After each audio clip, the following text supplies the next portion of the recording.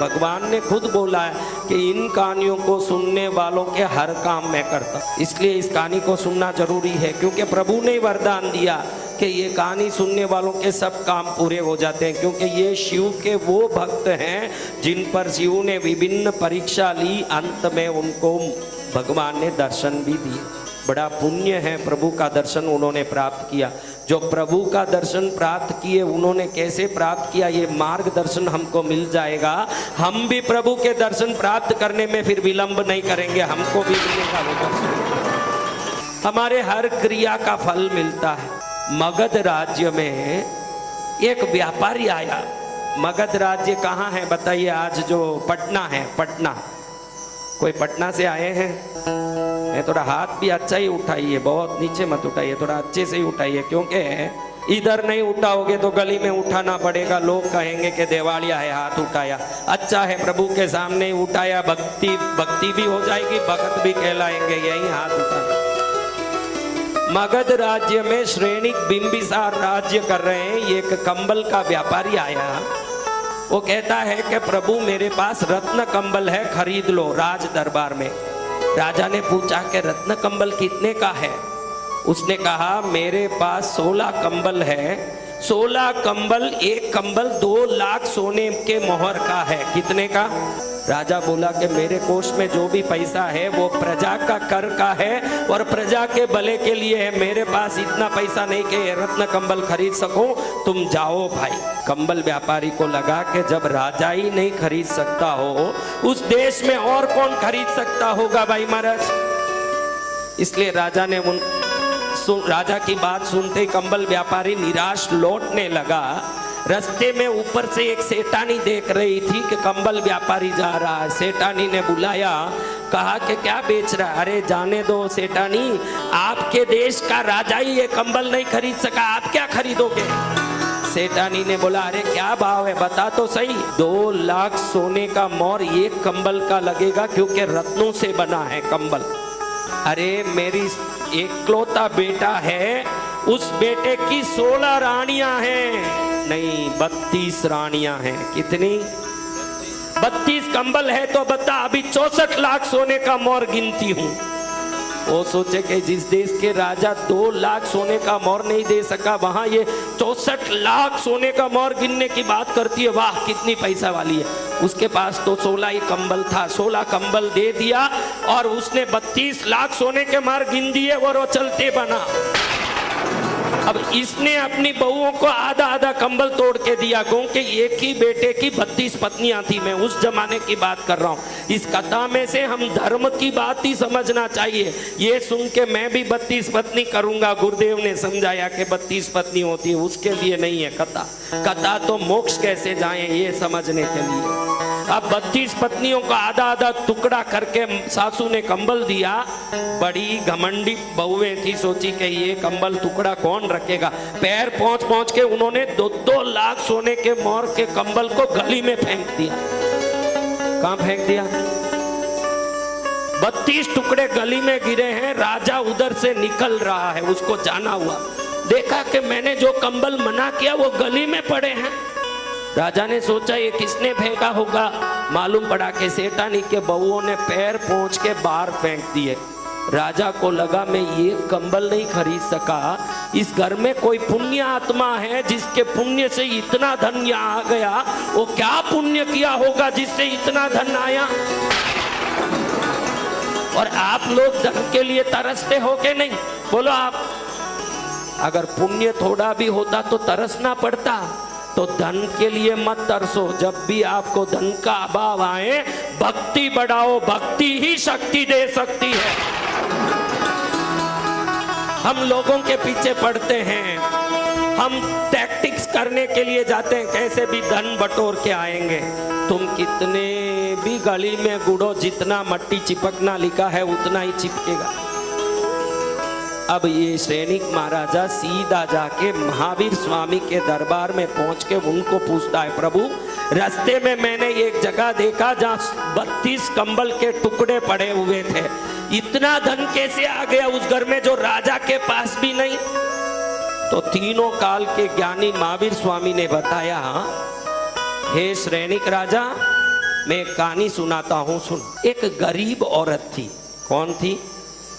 उस गरीब औरत का जीवन पति नहीं होने से घर घर में कपड़े धोने के, बर्तन घसने के कारण चलता था। वो किसी घर में जाके कपड़ा धोती थी, बर्तन घिसती थी, थोड़ा पैसा आता उसमें अपने एक लोटे बेटे के लिए थोड़ा सा खाना बना लेती, खुद भी बना के खाती। एक दिन इसका जो छोटा गरीब बेटा था, पड़ोसी घर में से कोई सुगंध आने के कारण झांका तो उधर खीर बन रहा था। क्या बन रहा था? खीर बन रहा। खीर क्या क्या चीज से बनती है बहनों, बताओ? बोलो, जोर से ही बोलो। अब बच्चा माँ को आके जिद्दी करने लगा कि माँ मुझे खीर खाना है। खीर कैसे बनता है माँ? मुझे तो तुमने कभी खीर नहीं खिलाया, पटोलिया खिलाती हो, बाजू घर में खीर बनता है माँ। बेटा हम गरीब हैं, अपने एक टाइम की रोटी का ही ठिकाना नहीं, मैं कहाँ से खीर लाऊं बेटा? तेरा बाप तो बचपन में ही तुझे छोड़ के मर गया, मैं अकेली रहती हूँ, मैं वहाँ नौकरी करती हूँ तो थोड़ा सा पैसा मिलता है, उसमें घर का सफाई करूँ कि घर को चूना लगाऊं, घर संभालूं, तेरे कपड़े संभालूं, खाना संभालूं कि खीर खिलाऊं? भैया मेरे से नहीं होता। बच्चा जिद्दी कर रहा है कि माँ खीर बगैर तो मैं अब नहीं रहूंगा। छोटे बच्चों की जिद्दी आप जानते हो। बच्चा बहुत जिद्दी करके लोट पोट करने लगा। अब छोटे बच्चे की जिद्दी को कोई पूरा नहीं करो, वो छोड़ता है क्या? बच्चा बहुत जिद्दी किया, माँ के आंख में आंसू आ गए। माँ सोचे कि मेरी ये गति, मेरे बेटे को खीर भी नहीं दिला सकती मैं। बहुत सोचने के बाद उसके मन में दुख आया, किसी घर में जाके थोड़ा सा दूध मांग के लाई। माई थोड़ा दूध दो, मेरा बेटा रो रहा है। किसी ने दया करके थोड़ा दूध दिया। किसी घर से थोड़ा शक्कर लाई, किसी घर से 2 इलायची दाना लाई, किसी घर से 2 पांकुड़ी केसर लाई, थोड़ा चावल कहीं से लाई, सबको उबाल के खीर बनाया। खीर बना के बेटे को बोलती, देख बेटा तू बच्चा है, तू गरीबी अमीरी नहीं समझता है इसलिए जिद्दी करता है, लेकिन मैं तो गरीब हूँ बेटा, मैं कहाँ से लाऊंगी? आज तुझे एक खीर दे देती हूँ, कल से मत मांगना बेटा, मेरे से नहीं होगा। घर घर जाके मैं कहाँ से शक्कर दूध मांगूंगी? मेरे से नहीं होने वाला, हाथ जोड़ती हूँ, आगे से मत मांगना। खीर लेके बच्चा सोचा कि माँ ने बोल दिया आगे मांगना नहीं, शांति से धीरे धीरे पी लूं। अपने झोपड़े के बाहर आके बैठा, खीर को देखता है, खुद को खुश होता है, खीर को देखता है, खुश होता है। वही सुगंध है जो पड़ोस घर में आ रहा था ना, वही सुगंध है, इसको मैं आनंद से धीरे धीरे पीऊंगा। जल्दी पीऊंगा तो खत्म हो जाएगा, इसलिए थोड़ा थोड़ा करके पीऊंगा। अब खीर लेके बैठा, इतने में वहां एक संत जा रहे।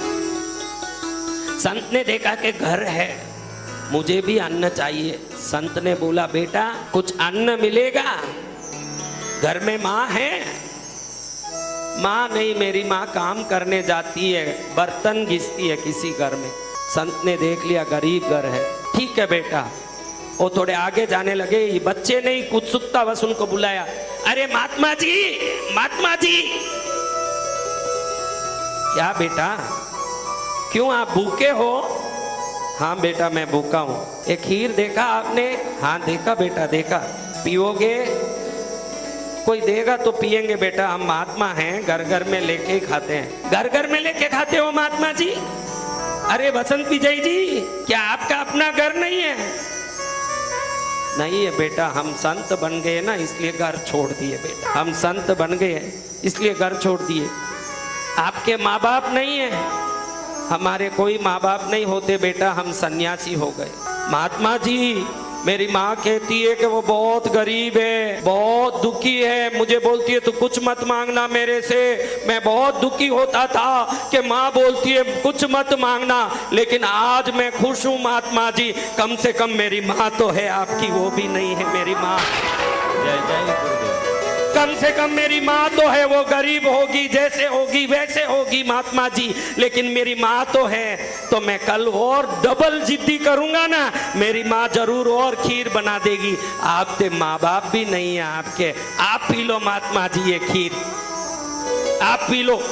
आपके पास बहुत कुछ हो, उसके पास आप देते हो ना, वो कोई मायना नहीं रखता है। आपके पास बहुत कुछ तुच्छ हो देने के लिए, फिर भी आप देते हो तो आप सच में महान हो। उस समय आप महान तब बनते हो जब आप ना होते हुए की भावना रखते हो। उस बच्चे ने अपने हाथ में आई हुई खीर, जिस खीर के लिए तरसता था, जिस सुगंध के लिए जिद्दी करके माँ से भीख मंगवा के जिस खीर को बनवाई।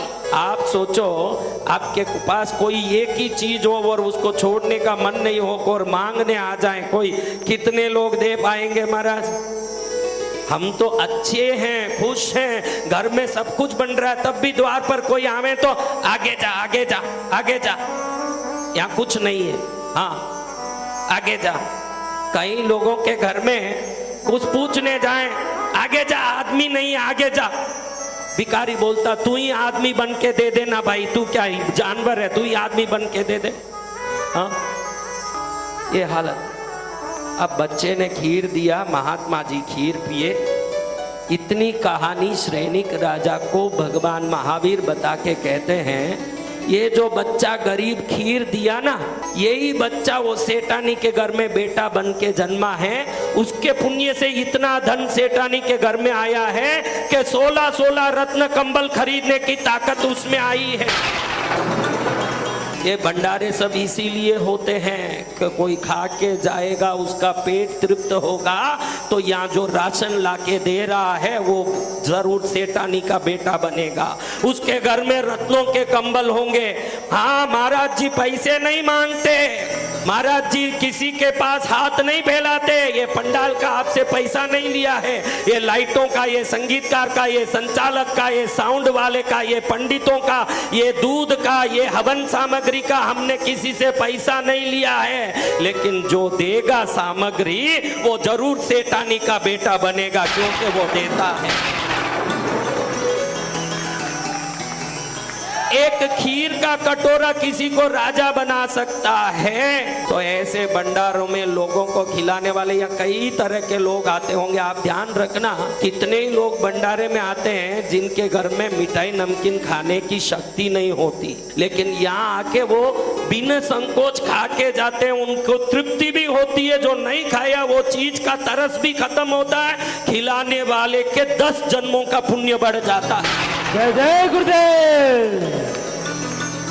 हाँ, हम पैसा नहीं मांगेंगे, हम पैसा नहीं लेंगे, फर्ज आपका बनता है कि ऐसे खीर खिला के सेठानी के बच्चे बनने की ताकत करो, अपने जीवन में उन्नति की ताकत लाओ।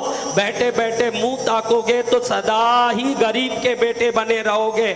जिस दिन एक दाना किसी के नाम का निकालोगे, एक पर्वत अपने नाम का लिखा लोगे आप, ये ताकत आएगा आपको।